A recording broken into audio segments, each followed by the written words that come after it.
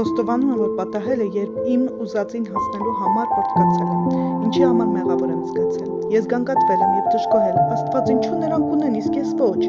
Ուրիշ անգամներ հարցը վերաբերվել է փոխհարաբերություններին։ Աստված դու գիտես, ես ճիշտ եմ, իսկ նրանք սխալ, ասա կամ ցույց տու դա նրանց։ Այսպես վարվում էի հատկապես, երբ տարաձայնություն էի ունենում ամուսնուս կամ այլ քրիստոնյաների հետ։ Ես պատկերացնում էի, որ Աստված ընդհատում է նրանց աղոթքները, որպեսզի ասեր նրանց, որ ես ճիշտ եմ։ Իհարկե, այսպիսի աղոթքները երբեք չէին պատասխանվում։ Այնքան շնորհակալ եմ, որ Աստված հետամուտ էր իմ բարօրությանը, փոխանակ ինձ տալու այն, ինչ ցանկանում էի։ Աղոթքներս չեն պատասխանվում